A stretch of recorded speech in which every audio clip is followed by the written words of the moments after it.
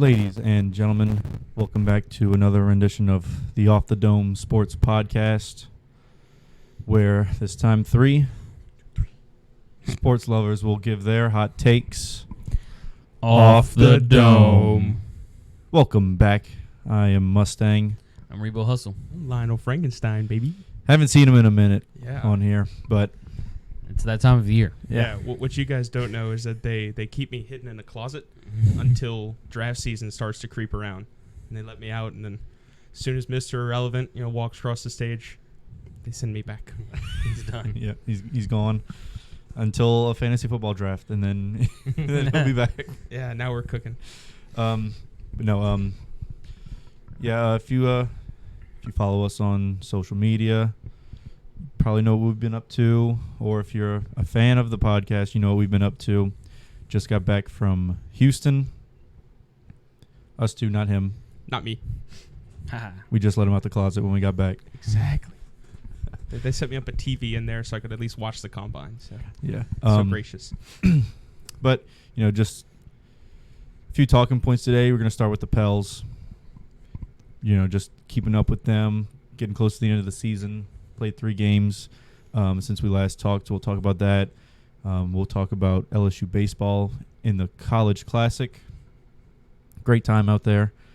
And then we'll finish things off with some combine stats, players to look for, players who underperform, things like that. But first and foremost, make sure to follow us on our social media, like and comment on the YouTube. Check us out on Spotify. And then be sure to follow The Know on all those same platforms. It's Be in the Know, spelled the correct way. KNEAUX, the only way to spell it. And without further ado, we're going to kick things off with some New Orleans Pelicans content.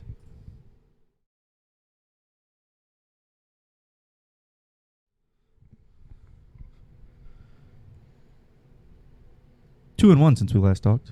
Yeah. I mean, we talked on Tuesday when they were playing the Knicks. We ended up pulling out that victory. Not much to talk about from the game. I think Zion led us in scoring. Definitely an undermanned Knicks team. I think they rolled out only like 8 players or something like that, which is, of course, good for the Pelicans, but I do think that that's a good matchup for us either way.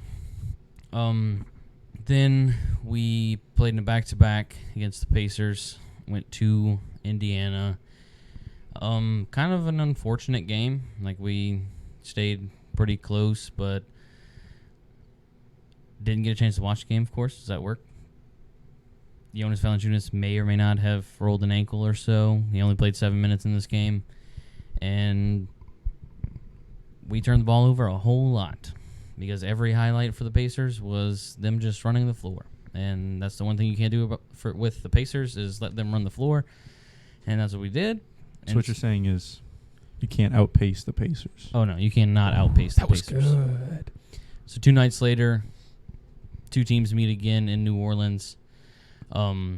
This is where Herb Jones decided that to put the league on notice and that he is, in fact, an all-defensive team player. There's Tyrese Halliburton, who is a top 3 or so guy in the MVP race, was held to 0 points. 0 for 7 from the field, 0 for 6 from 3. Herb Jones knows what he's doing. Yeah, I'm not a basketball guy, but 0's not a lot. Yeah. No, yeah.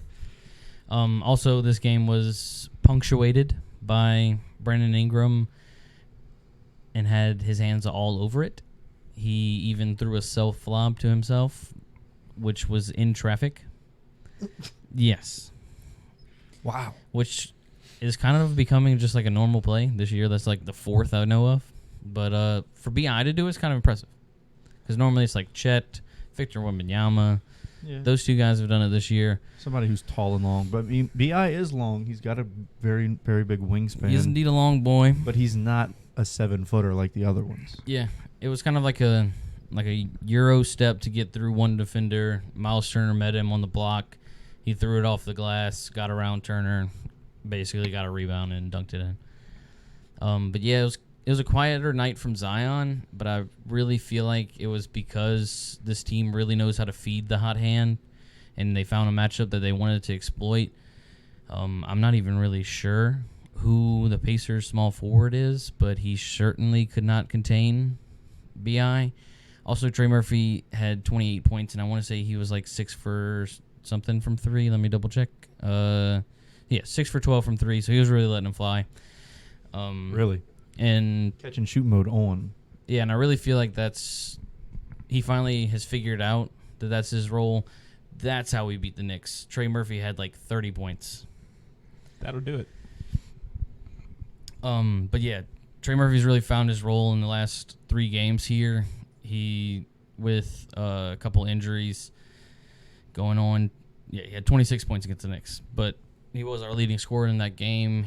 He has found his shot ever since coming back from the knee injury. I really feel like he can be a needle mover for this team in the future, especially off the bench. Yeah.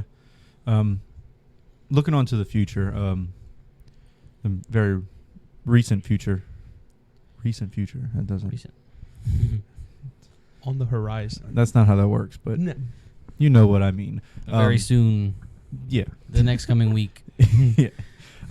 before we talk to you again. Tomorrow night they will play the Raptors in Toronto.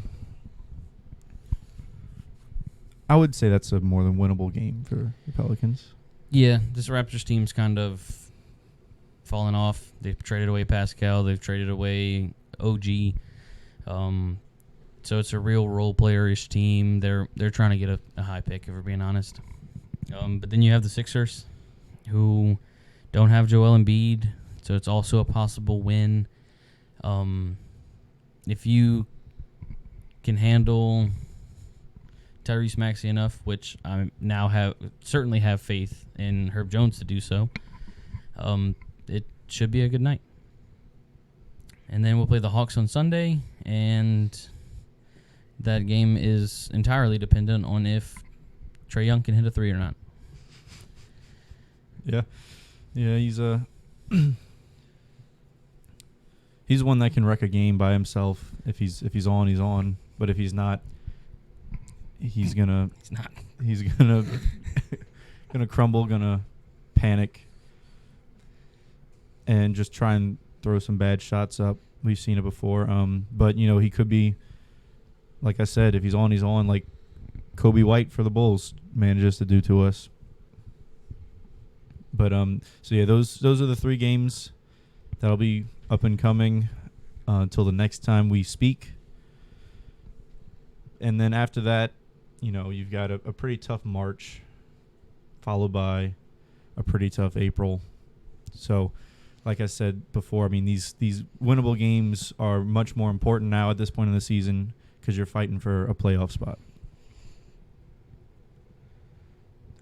Yeah, we've been harping on it every episode. We know that once March 26th comes, it does not get easy. And you're sitting tied for the 5th seed. Nope. No, 3 games back. 3 game. What? Wins, losses. 6.5 games back. You've got the same amount of losses as the Kings. They have 2 less wins. But you're sitting pretty right now. If you can power your way through these next 6 games or so before we get to the gauntlet that is the end of the Pelicans season, you can absolutely lock yourself a playoff spot without having to go through the play-in, which is the most ideal. Right, definitely. But, as of now, you still got plenty of basketball left to play. Plenty of things can still happen. Unless you're the Celtics, pretty much locked for first. Yeah, nobody's touching them. But I do think we'll see the Pels in the playoffs again. I think they'll squeeze it out, just enough wins maybe to either remain in that 5 spot or maybe they'll find themselves in the play-in once again. Yeah, you've got 2 games in April against the Suns, and that's going to almost be the play-in to the play. Like the loser goes to the play-in, the winner goes to the playoffs, in my opinion. So yeah, you got to tough it out. You got to grind your way into getting at least these next 3 wins for sure. The Cavs are going to be tough next week, Clippers as well. But then you got a couple nights off, and the Blazers, Nets, Magic, and then the Heat have already said that they are upset about the skirmish from last week, and they are willing to do anything to beat us again. Interesting. With that being said, I think that encapsulates the recent news on the Pelicans and a little bit going forward. So make sure you're watching those Pels. Hopefully, they can get some wins on this road trip. But for now, we'll wish them the best, and we'll move on to the LSU Fighting Tigers baseball team.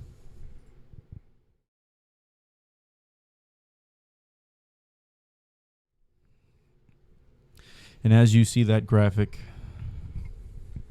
that glorious graphic with Jay Johnson's Fighting Tigers on that field in Minute Maid Park, becoming the champions of the Houston College Classic. Man, these Tigers are good. Once again, these Tigers are good. They're so fun to watch. LSU brings, our fan base travels well. Boy, do they. And it was felt if you were any opposing fan on any 3 days, or if you're Texas, because every LSU fan in there was cheering for whoever Texas was playing. And it worked. And Texas ended up going 0-3 on the weekend. Since we last spoke, LSU went 4-0. Obviously, they had the College Classic, but they also played Rice in Houston. Beat them pretty handedly. What have you seen that you liked this weekend? What did I like this weekend? I like that this team has, there was a lot of power this weekend, not just from LSU. There was a metric ton of home runs hit. But this team's really, come to, at least from the offensive side, have come to work absolutely every at-bat. And so, we saw Texas's ace on Friday, and he was throwing 96, 98, something like that. Was real dangerous. We worked every count to be 3-2. We had at least 3 foul balls an inning. And yeah, everybody proved to be a tough out. Yeah, whenever they pulled him, we still had a 0 on the scoreboard, but we had traffic. But yeah, it's the fact that everybody in our lineup's tough out, no matter who they are. Even Michael Braswell had a great offensive weekend. But yeah, that's it. No matter who's in the lineup, any of the 9 guys that play, 10 guys 10 guys, because we got a DH. But yeah, all 3 catchers looked amazing, of course. Brady Neal kind of caught one to the throat, which was a little scary. He didn't play the next day, but the following day he came back and he DH'd. So he wasn't back behind the plate. What happened was, foul ball tipped off the bat, caught him in the neck. He was down for a few minutes, was able to walk off on his own. He was fine. He actually came back the next inning and took his at-bat. Hit a double and then walked off, got a pitch ran for. Yeah, he got on base, and then they pinch ran for him. But one thing that I saw this weekend that I was definitely looking forward to was our pitching rotation. Just as a whole, they all improved in my eyes. There wasn't one person that I can think of that really went out there and stunk it up. Nobody stunk it up. Yeah, nobody really underperformed for us. They were all kind of either met expectation or exceeded that. One person who I saw that I really liked that took a big step up, in my opinion, is Thatcher Hurd. He struggled so far this season. Came out Sunday against Texas State and I think through 4 or 5. I think 4, yeah. Held them scoreless. And, you're hearing me say Texas State, and you automatically assume, he should have held them scoreless. Texas State was playing LSU for the championship. They beat Texas. They walked off Houston. That was our first game we watched. Yeah, first game. And then against Texas, they hit a 2-run homer in the top of the ninth to beat them. It was Texas State might be one of the best group of 5 baseball teams in the country. Yeah, they are legit.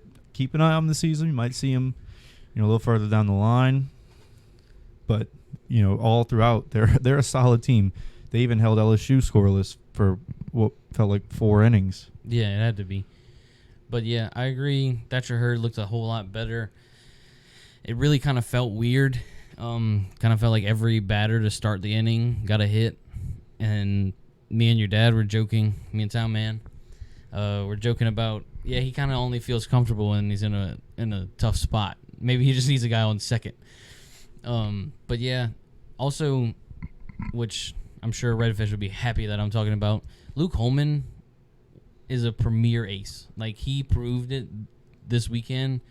I even saw a little graph comparing him and Paul Skeens. Yes, he's not Paul Skeens, but their numbers through the first 3 weeks, pretty similar. Yeah. Kind of impressive. A lot of strikeouts from Holman. He got up there and he came Friday night against Texas. He walked out there as our starter and proved that as of now, he deserves to be our Friday night starter. Oh, absolutely. And then on Saturday, Jump was our starter. Looked really good. I still think he's on a pitch count because we pulled him right when he got into like a good rhythm. Yeah, right around like 60 pitches. A little bit after 60 pitches. But out of the pen, just Nate Ackenhausen came out against Texas. Yeah, and threw 3 great innings. 3 great innings, got in a little spot at the end of the game there. Brought in Justin Lohr, who had one of the best celebrations I've seen out of this LSU baseball Tigers. Struck out the last guy at the end of the game and then underlined the Tigers on his chest. Was a beautiful moment. That's excellent. Yeah, it was nice. He definitely got the dugout pumped up when they came onto the field after the win. It was a nice sight.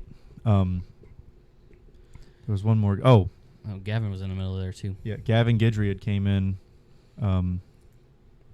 2 separate occasions. He closed out the game, the championship game against Texas State. And, upon doing that, he looked really good in that last inning. With 2 batters he faced, I think it was. He got the last 2 outs. I think there was just 1 out, but I think he faced 2. I think he might have walked the first guy. No, he only faced 1. He only faced went one. up there and shut down the game. Gavin Guidry, this offseason, going into this offseason, we had all agreed that let him field. Yeah, put him in the field because he wasn't that great of a pitcher last year. He would come in and shut down a team for he was your oddball pitcher, an inning or 2. But after that, once teams started to catch on to him, they were getting plenty of hits off of him. They were just seeing him all too well. This season, he's worked on some things. You could see it. I mean, his velocity's gone up. His breaking ball's moving more. He looks like a pretty dominant closer right now. Yeah, like last year, he only had that weird looping curveball or whatever it was. And so, like, the second time anybody saw that, they were at least getting a contact. Whereas now, it doesn't even feel like anything's looping. Like, he's got enough, and he's worked on his fastball in the offseason, of course. So, honestly, I don't even know how many curveballs he threw this weekend. He came in and was pumping the zone with strikes using the fastball, and then if he got in a tough spot, he went back to old reliable. But it's a little more straight, a little more action late instead of going up and down. Yeah, if there's such thing as a closer for Jay Johnson, Gavin Guidry should absolutely be him. So far, Gavin Guidry should be the closer. Go get you 3 outs. Another guy that came out there, and I don't know about anybody else, but I thought performed excellent, was Christian Little. Definitely an improvement. Regardless of how you feel about him, you can't argue the fact that it was a big improvement. Pitched 1.2 innings. Very solid. Looked like that, it was that championship game. Looked like Jay Johnson had quite a short leash because not only did he pull Christian Little after I think it was his first hit given up after 1.2 innings. He then brought in DJ Primo threw one pitch. Primo came in, threw one pitch. They got a hit. Out routed Gavin. And in came Gavin Guidry. Yeah, it felt like so me and Soundman were talking to some Texas State fans that were sitting behind us, and both me and Soundman were like, oh man, the game might get out of hand. 99's coming in the game. But Christian Little got out of that inning in 6 pitches. He came in to start the inning, got out of it in 6 pitches, and the guy tapped us on the shoulder and was like, are you sure y'all have the right guy? He only pitched 6 pitches that inning. And I was like, yeah, we literally told you he has potential to be elite, but sometimes he struggles to locate. If he's locating, y'all are in trouble. Yeah, and he was locating. He came out, that fastball was working. I saw it hit the upper 90s with it peaking at 98. At least that's what they put up on their Jumbotron. But consistently 96, 97 with that fastball. He's got some heat, and if he can locate it, he can be another great reliever for this team. Yeah, I'm trying to figure out, in Christian Little's insane inning, he somehow got a guy on first. He must have hit a batter. I think he just walked him. He just walked him in 4. But yeah, so there's a guy on first, and then there's one out. Christian Little throws perfect ball to get a ground ball to short, double play.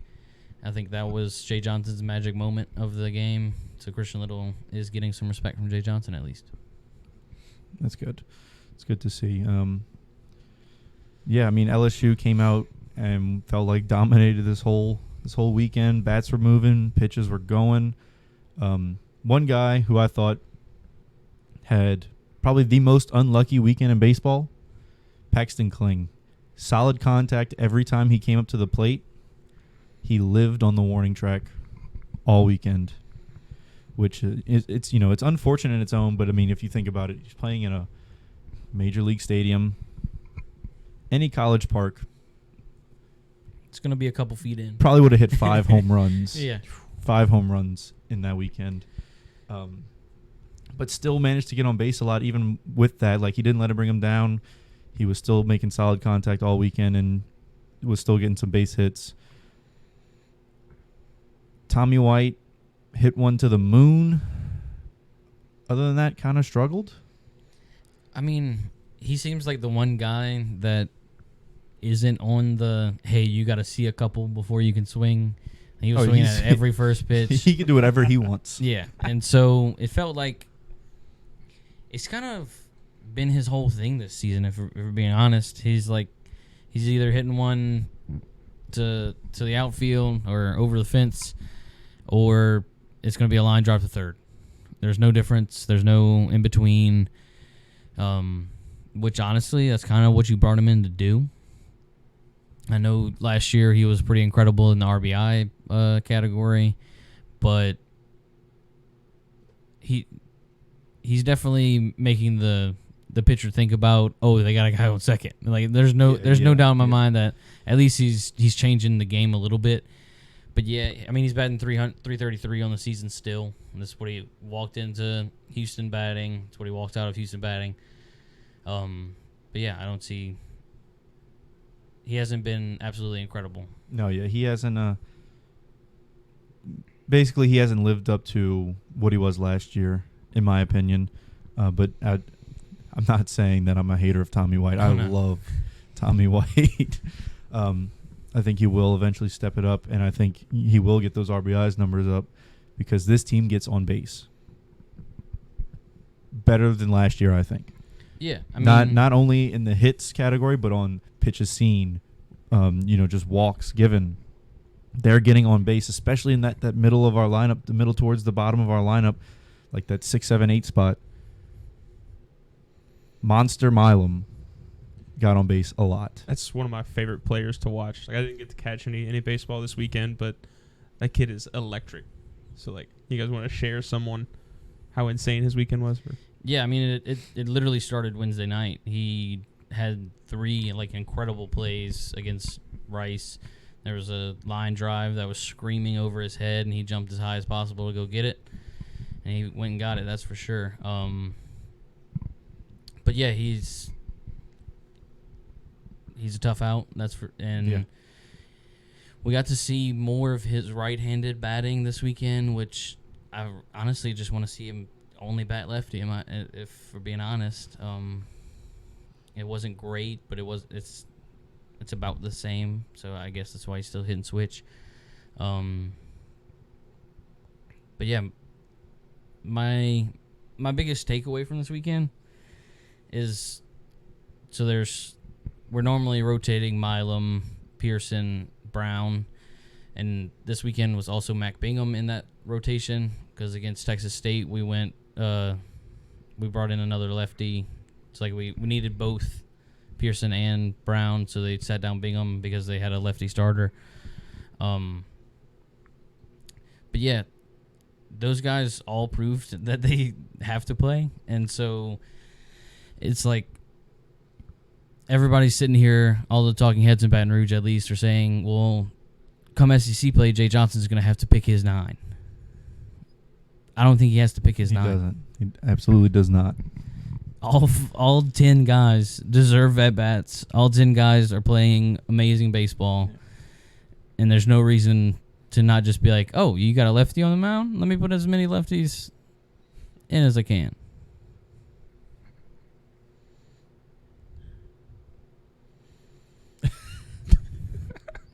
Yeah, I mean, he has that power with, winning the national championship last year, putting your name out there, getting these recruits in. Like Brown had quite a weekend. He didn't start Friday night, but he came in towards the end of the game, had a clutch at bat, and then the rest of the weekend he was in the starting lineup. There's a lot of guys on this lineup that would anywhere else there'd be a starter, but because this team is so chock full of this team is loaded talent, it's going to be hard to get a serious starter when you're like a freshman or a sophomore coming in. But Rebo's right. When it comes to SEC play, he doesn't have to have a set 9 or a set 10 to come in to any of these teams. He can go based off of who they're starting if he wants. They have so much talent coming off the bench. I don't see why he wouldn't do that. But and I'm back. And you're back. Welcome back to the party. I was just saying how you're right. He has this power to do that because of all these guys he's bringing in with so much talent that they're a deep team. Still got talent on the bench.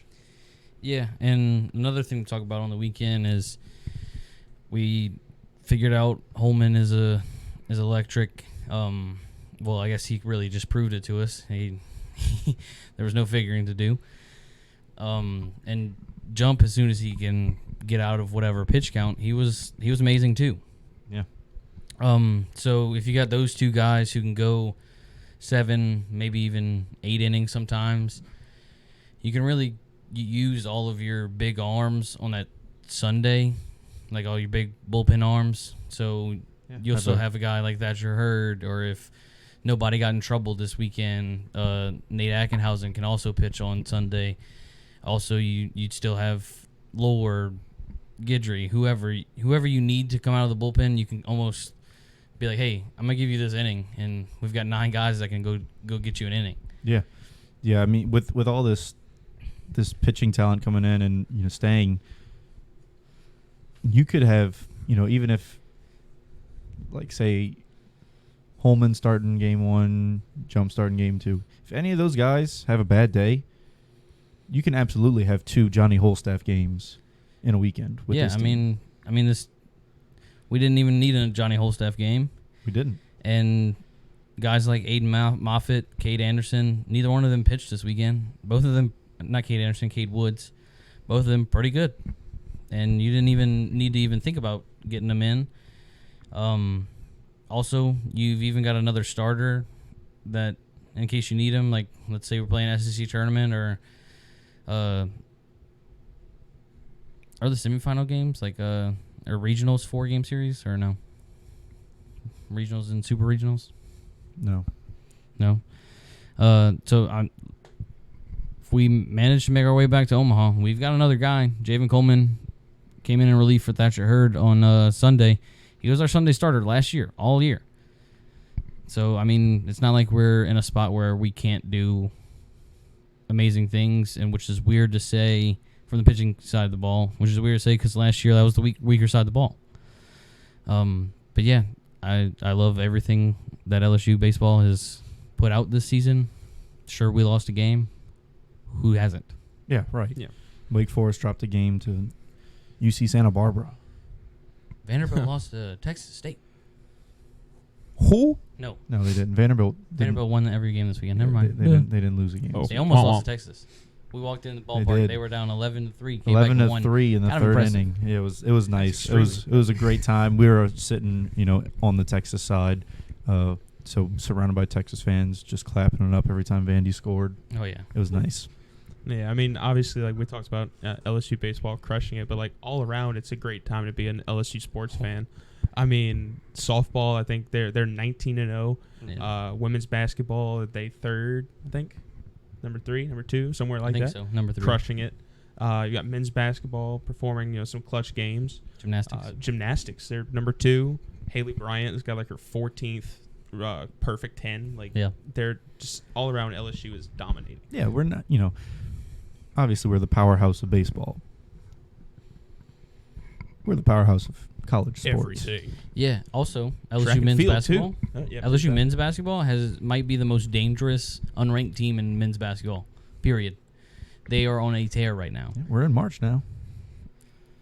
Think they'll find themselves a spot in the tournament? It's really going to depend on the SEC tournament. They have potential to be able to win the SEC tournament the way they've been playing, and if they do, they guarantee themselves a spot. If not, it might be tough. They got a couple bad losses at the beginning of the year. But back on softball, they're the only undefeated team left in the country. Yeah. Oklahoma has fallen. To ULL. It's UL Lafayette. There's like an official website where they tell like media how exactly to Oh yeah, to explain, like to because name them. For the NCAA tournament for college basketball, they put on the screen Lafayette at the bottom instead of ULL. Yeah, they're like, do not call us. There's an actual website on UL Lafayette's official page that explains how exactly they should be called in the media and in signs and everything. Poor guys. It's insane. Why is that little why does brother. it matter? Why is little brother so mad all the Yeah, time? gotta love New Orleans.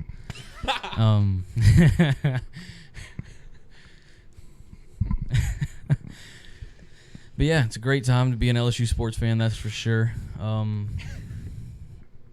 Now, for the reason that we brought Lionel Frankenstein in.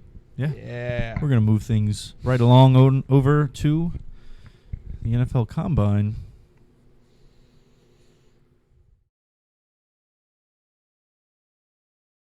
Ooh, some fancy graphics. Yeah, we got some nice graphics. Gotta love it.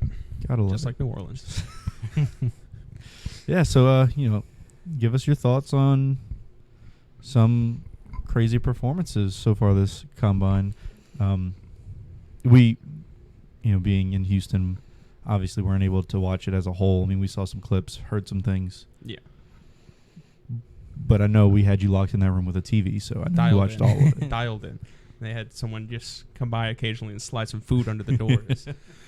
Really thin slices of pizza, but I survived. Drops of water. Drops of water. Ritz cracker. Yeah. No, I mean, obviously everyone's talking about Xavier Worthy breaking the 40-yard dash record. We knew he was going to fly, so, I don't think that really...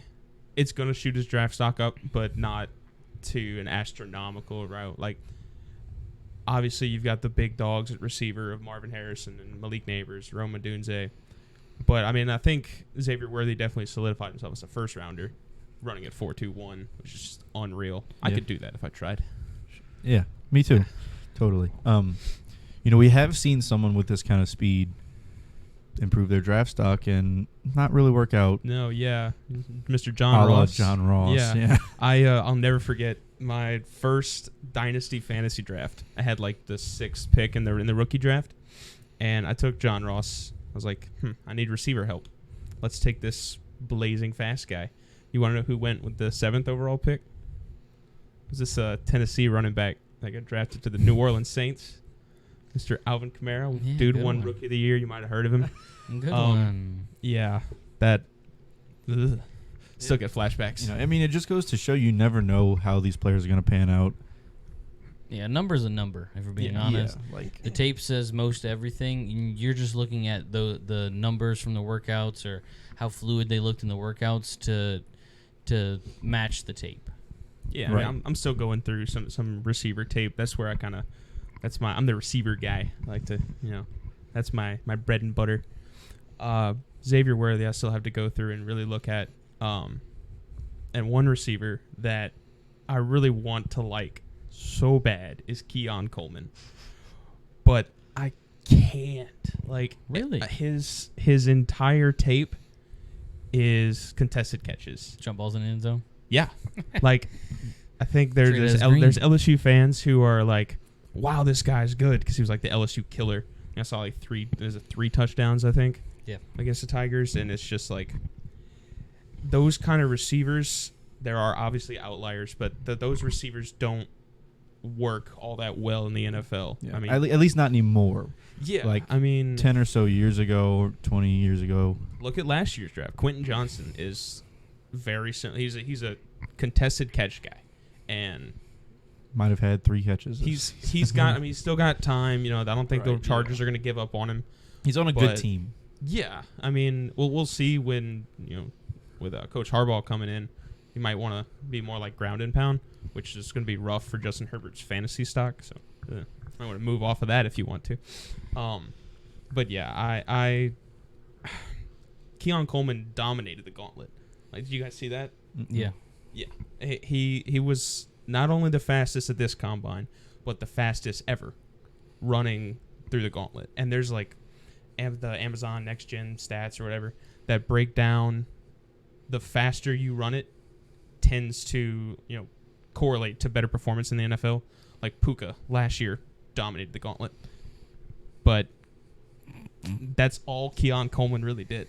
Like, he ran a 4.64 40, which you don't need to be a blazing Right. fast. You don't need to be Xavier Worthy. You might want to see a little bit more. Yeah, I think he finished the gauntlet like 3 seconds before a guy that ran 4.42 or something like that. Like, that's how fast he was running. Yeah, no, it was unreal. And like throughout the whole broadcast of the combine, they were talking about how, like, dominating in the gauntlet, going through that fast, it shows you have a lot of faith in your hands, in your catching ability. Yeah. But what I want to see from Keon Coleman is the ability to separate. Right. And you're not really going to see that at the combine. Yeah. He's catching passes on air. Yeah. We'll see moving forward, but I'm gonna probably go back and look some more at the tape because I really want to like Keon Coleman. Yeah. He's like a really good build for a wide receiver, physically, but I don't know. It's just not there for me. Yeah. We've talked a little bit about him before. I even went as far as saying that he has the potential to be just like Mike Evans, which I think the problem is, so you get a contested catch guy like every 5 years. The problem is their name's always Mike. It's Mike Evans, Mike Williams. His name's not Mike. I don't know if he's going to pan out. Mike Coleman. he could change it. Maybe he changes his name to Petition him to Mike change Coleman. Maybe that might better. We'll tag better him for on, his tag stock. him on Twitter when this video goes Yeah. live. But yeah, like I was saying, he could be one of those outliers like the Mike Evans, to where they're really like the only, heavy contested ball catching receivers left in the NFL. And I I would love that for him. Yeah, I mean, I'd love it for him, unless he goes to Tampa or Atlanta or Carolina. Yeah, don't do that. But, do I think that he will be Mike Evans? No. Because Mike Evans can still separate. Yeah. Mike Evans is a great route runner too. But, to go with that, he's also a contested ball catcher. He always, if Tampa Bay is on the goal line, the very next play they're running is the Mike Evans fade. Oh, yeah. I mean, Mike Evans is like a one of one, though. Like, dude's a lock for the haul. we'll see. I really, like I said, I really want Keon Coleman to succeed because that's like my favorite type of receiver. The Mike Evans kind of guy that just goes up and gets it, but he's got to be able to separate at the next level because right. everyone's bigger and stronger at the NFL. So I know from experience.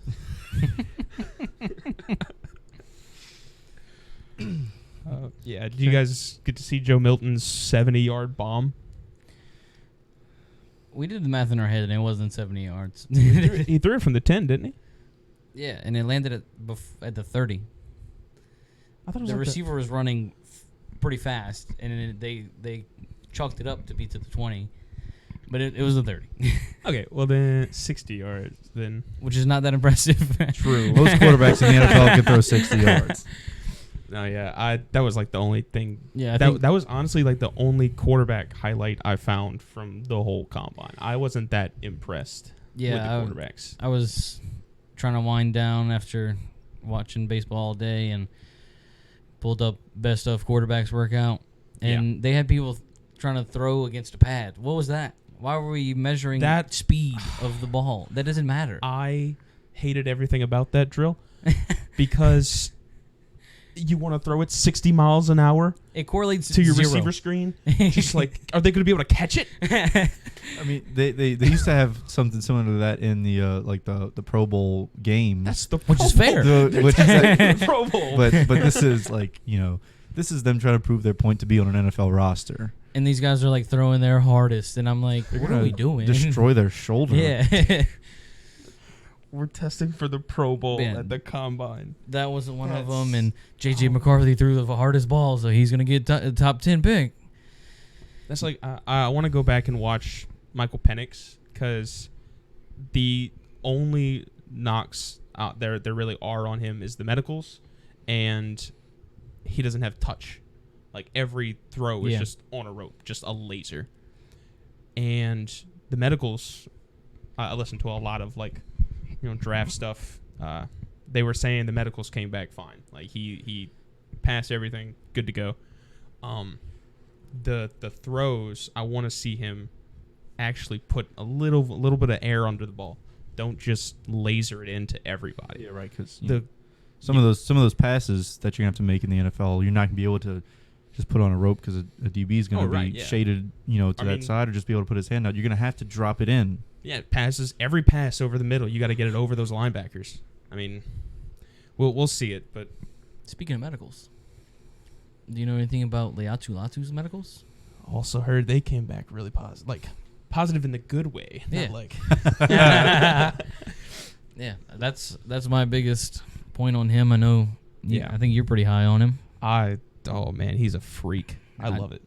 But if you get medically retired, you're not on a great list for me, in my opinion. No, yeah, it's definitely like big red risk. Flag. But I mean, the medicals at the combine, that's a major part of the combine. Yeah, came back all right. Good from what I heard. So good for him. Yeah, that's awesome. One guy. Good. One guy I want to know how he did. Chop Robinson. Did you watch any tape on Chop Robinson? I've watched a little bit of tape because I did, and that's another like freak athlete. Can't wait. Going into the combine, everyone thought he would just blow it up, and he did. Like, I would love for the Saints to maybe look at him, but he may have played himself into performed at the combine just out of the Saints' range. Not at 14, obviously. Like, that would be a reach at 14, but I think it's 44 in the second round. That would have been a good spot to maybe look at Chop Robinson. I think at 14 they're locked at a tackle, which I don't know if Rebo wants to talk about some O-linemen today. Yeah, I mean they got a bunch of people that really. I mean I'm still trying to watch the whole day 3 of workouts, whatever it is, but I can't find it anywhere. I even was like, I'll just buy NFL Plus to watch it because I'm that committed, and they haven't posted it either, so I didn't. But just from a couple highlights that I've seen, and of course knowing a couple guys, Joe Alt may have had one of a very tough combine, but he's one of those guys that his film will speak for itself. Yeah, he could have not worked out at the combine, in my opinion, because it would have not have changed his stock at all. He fell a couple times during the wave drill, which in the past has been my drill of if you can't do it, you can't make it. Joe Alt is the exception. But J.C. Latham may be the most perfectly balanced man in all of football.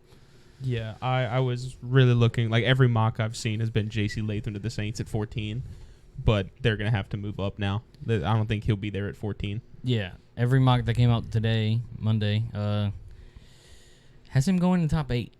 Yeah. Like, first tackle off the board now, because he was great at Alabama, even though he wore a backplate. Wait, the mocks have him above Joe Alt? Yeah, he's the Wow. first tackle off the board now. Wow. Because he blew up the combine. He by far the best drills. They've even implemented like two new drills this year, which I'm in love with. They actually require offensive line skill, not just running around and jumping and whatever. But yeah, I think Latham is I wouldn't say he's a clear number one because there's about 5 guys that can be the first tackle off the board. Really, you've got Latham and Alt that we've talked about already, but Olu Fashanu had a pretty good combine as well. Yeah. I can never get his first name. Talise. Oh, Talise Fuaga? Yes. Yeah, that guy? That guy He's is pretty, nasty. Yeah. Fuaga's nice. Might be the best run blocker in this draft, in my opinion. But then at the Senior Bowl proved that he can pass block with the best of them. And then the guy that you like to talk about. Yeah, Troy Fautanu. Yeah, I I have hope no I idea. said that right. I'm pretty sure that's right. Yeah. I think he played tackle at Washington, but... Left tackle, not right. Not the guy that gave up. Oh, yeah. So a tackle at Washington, but could definitely move in to play guard. Now, I was listening to some of his media day interviews, and he very, very heavily emphasized how violent you need to be as an offensive lineman. But the way he was talking about it, because you hear violence at like O-line and you think Trevor Penning, which like has been Like an uncontrollable mauler. yeah, like just out there bulldozing everybody with no regard. Says he wants to play football because he likes to hurt people. Yeah. So well, that's like Troy Fautanu he basically said that he likes playing football because you can't just go in the street and toss somebody. It was great. But no, I mean, you look at the Saints and the Trevor Penning project. I don't think they should give up on him yet. I don't think it's time. I think he's still got this. We're going into year 3. Yeah. I think that he needs a chance. We'll see what training camp brings, but Even a move to guard would be okay. yeah, that would be fine. I think Pete is a free agent, and I think you got to re-sign him. He was the best left tackle we've had in a hot little minute. you've got Ramczyk, who I know he they said he had surgery and he's coming back, but maybe has a year. I mean, the degenerative knees is kind of worrisome at tackle. So, and then Cesar Ruiz played pretty well. Eric McCoy, obviously, we're not even going to worry about taking the fastest center. O-lineman in Saints history. Also, with his restructure, he'll be a Saint till he's 75. Is that McCoy? Yeah. Yeah. I think he's like restructured for 10 years in the future. Loomis math, baby. No, yeah. So, I mean, the Saints could look to add a guard. They could look to add a tackle. Either way, why not have both? Yeah. I mean, if you for the Saints, you look at the other side of the ball. You have 3 guys, one at each level. Could be their last season, any of these seasons now. Cam Jordan, DeMario. DeMartin, Tyrann Mathieu. Obviously, I don't think that, going for an edge rusher at 14 could be a reach. But at the same time, the right one falls to you. Yeah, but that's what I'm saying. Alabama one? Mm-mm. The Florida State Florida State one. Yes. Jared Verse. The Alabama one's too small to play regular D end. He's not going to work for the Saints. But He's a great player. He's gonna have a great career, but too small to play for the Saints. Yeah. So yeah, like I was saying, if things work out, you could go either, I would say, edge rusher or offensive lineman in that scenario. What would you prefer? Like, I think go and get a linebacker's out the question. I don't really see any first-round talent coming out of these linebackers. There might not be, like if Jared Verse and only 2 tackles have been taken off the board, what are you doing? So we're saying Alton, Latham are gone? Let's say Alton, Latham are gone. What are you doing? That's tough. Because, I mean, you've got Cam Jordan on his last leg. And you can bring in a young Cam Jordan? You absolutely could. Like, that's a good comp. It is a great comp. It's what I think about every time I think of Jared Verse. Yeah. And then on the other side, not even just worrying about Cam Jordan and his aging, but the other side, you've got a combination of Carl Granderson, Isaiah Foskey, and Peyton Turner. Yeah. I mean, sure. Carl Granderson's coming off the greatest season he's ever had. Yes. But he's also old. He's old. You could 1,000% upgrade. Like, Carl Granderson played great. There's room for improvement. Yes. And if the Saints really want to, I wouldn't be opposed to getting another guy inside with Brian Brzee. Like, at 14, they're in a good spot to get Miles Murphy, who is far and away the best D tackle in the class, in my opinion. Byron. What did I say? Miles. Oh yeah, that was the last year's guy. Yeah. Byron Murray the third. Yeah, Oh. I know so much about him. I don't know his name. No, he's incredible. He dominated the combine. Dear Lord, he did the bag drill and looked like a dancing bear out there. Like, yeah, I mean, but with Brzee's specialty being a pass rusher, it'd be pretty interesting putting Brian Murphy next to him. But I mean, Brian Murphy is Byron Murphy is kind of the only full package that we've seen in a long time. He's both a run stopper and a pass rusher. Yeah, so I mean, would you do that at 14? According to the latest mocks as of today, he's going in that range. It's possible. Yeah, I mean the guys who, like, J.C. Latham played himself out of 14. You're gonna have to move up if you want a stud right tackle. And that's I feel like left tackle is okay. I still want to see what Trevor Penning does. Andres Pete, I don't know if they can re-sign him. Like, Loomis Math always finds a way, but they're in a rough spot. Like, it's bad. Even with all the restructures, they're still, I think, like 30 mil over. Yeah. That's pretty much the last restructures they can do. Now you got to start making tough decisions. Like, Lattimore might be gone. If that's the case, if Lattimore is gone, you got to go corner. There's some dogs. There are some good players There's coming in the secondary. I mean, every draft analyst that I've seen has talked about fall for my trap card, I dare you. Actually, fall for Byron's trap card, I dare you. It's talked about, like, Dallas Turner being the first defender. So there will be, odds are there's a corner at 14. Nate Wiggins. Hey, we love Nate Wiggins. We do like Nate Wiggins. Quinion Mitchell. No. Trap card. That was the trap card. I was waiting for it. I was trying to pull the trap card. But I mean, of course, both Bama guys, Arnold and McKinstry, are legit. Yeah, I mean, they proved it this season. Yeah, Terry and Arnold had a nice combine. Kool-Aid, I don't know if he was out there or not. I don't think he doesn't need to be. Yeah, he doesn't need to be. He had like almost no passes thrown his direction last season. Yeah, which is weird when you got Terry and Arnold on the other side. Yeah. Like, yeah, the reason Terry and Arnold got such high in draft stock is because nobody threw at Kool-Aid McKinstry. That's fair. That's fair. I don't think Cooper DeJean did anything at the combine. Safety? He's a safety. He's gonna be a safety. He's a big old corner, if not. Safety is now a need for the Saints. You got, but 14 old man would no, be not at 14. Yeah, not at 14. A not a chance. Yeah, I feel like you can address Mike and safety and 2 through 3, 2 through 5. Well, that's the thing. They won't have another pick after that second until the 5th. Yeah. Unless they make some moves, which if you get to 14 and there's multiple linemen you like, which I really think they're going to go O-line. A trade at 14. back? Is that what you're hitting at? Yeah, move back a little bit. I wouldn't mind that. I mean, you could move back a little bit. Depends on how the draft goes, of course. Yeah, but I wouldn't move mind. back a little Obviously, bit, get another pick in the second or a third, something like that. I mean, obviously, if Lattimore moves, which seems to be very possible, you're probably getting a first back for him. I don't imagine the Saints settling for anything less. I think Lattimore's a first. Do you guys? Yeah, I mean, still one of the at least top 10 corners in the league. 100%. Definitely.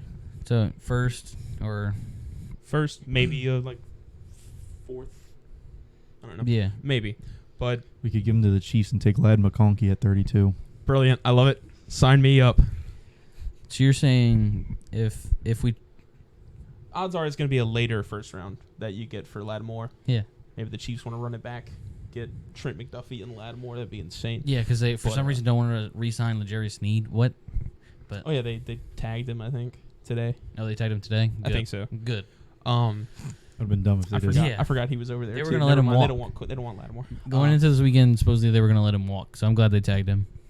No, yeah, I maybe you address the trenches at 14 and the secondary at the later part of the first round. Whatever pick you get from Lattimore. Yeah. Maybe it's a Jimmy Graham trade situation where you have those 2 first rounders. You take a stud. Except they took Stephon Anthony, which is not quite a stud, but That's a stud.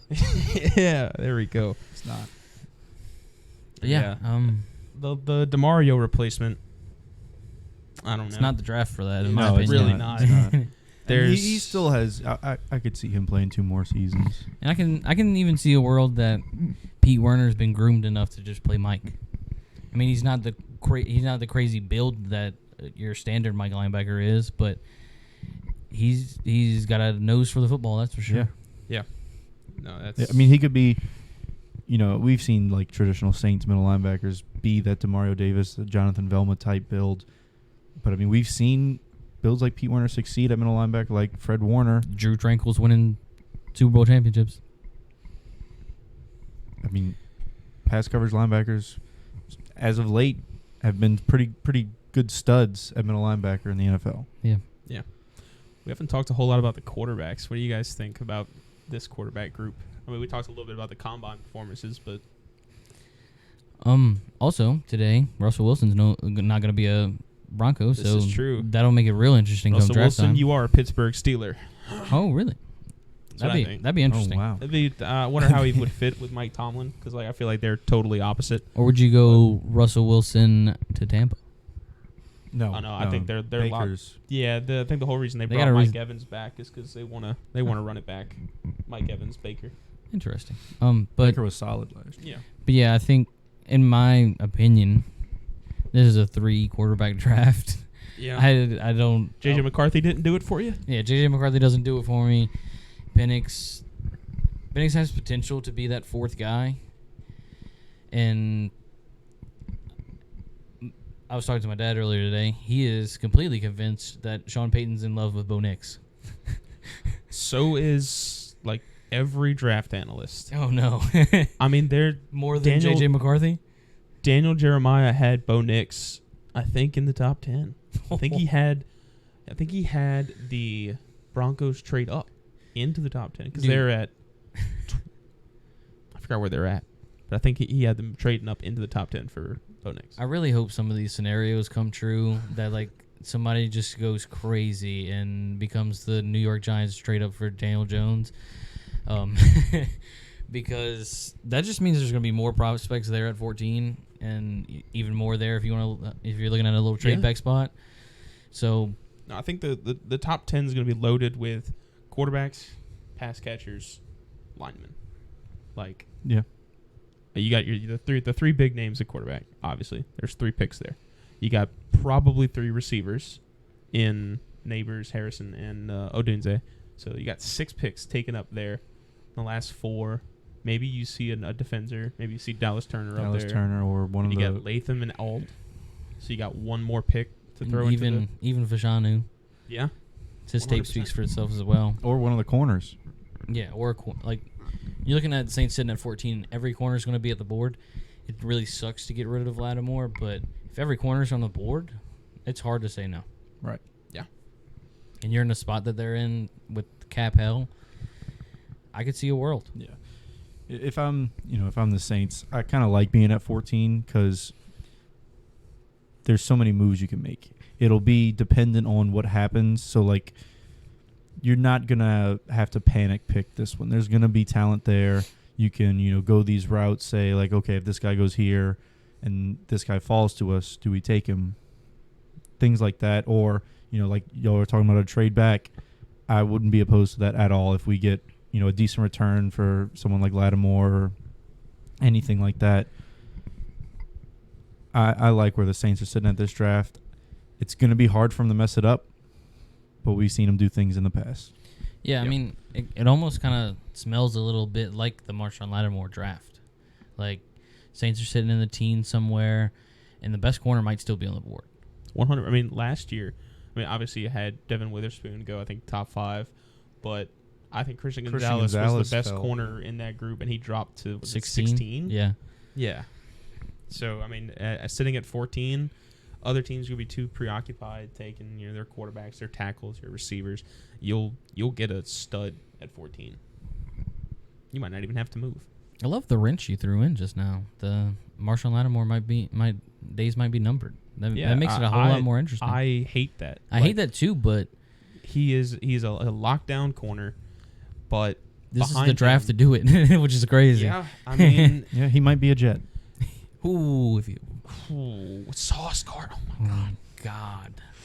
There's no way the Jets make that trade, though, because they need to spend that. I think they have the 10th pick. It will be a lineman. Oh, yeah. You can guarantee one of the tackles are going to New York. That was J.C. Latham and the latest Malk. Yeah. So, but the thought of Sauce Gardner and Marshawn Lattimore, who's throwing the ball? Like, where are you going? It's just dump downs. Like every play is just a Texas route or a little wide receiver screen in the flat. But any last thoughts on this combine or the draft upcoming? I mean, I've got a sneaky guy, but I'm gonna be breaking down some film, so I'll leave that to those videos. Okay. Yeah, I mean, I'm sure we'll have another draft episode before we'll the have NFL we'll have draft. a mock again. Oh, absolutely. I like the idea of a mock again. I love Mock a good again. mock draft episode. It'll be a great time. Yeah, we'll definitely get those things worked out. And like I've said, the past 2 episodes, we will let you know when we'll be doing it. Make sure y'all tune in for that. It was a blast last year when we did both the mock draft episode and the draft episode. Had a great time. So, why not do it again? But I think that'll wrap things up for this episode of the Off the Dome Sports Podcast. Once again, huge shout out to The Know. You can go follow them at Be in the Know, spelled the correct way, KNEAUX, the only way to spell it. This has been the Off the Dome Sports Podcast. I've been Mustang. I'm Rebo Hustle. And I'm Lionel Frankenstein. We'll see you next time. I'm going back to my cave.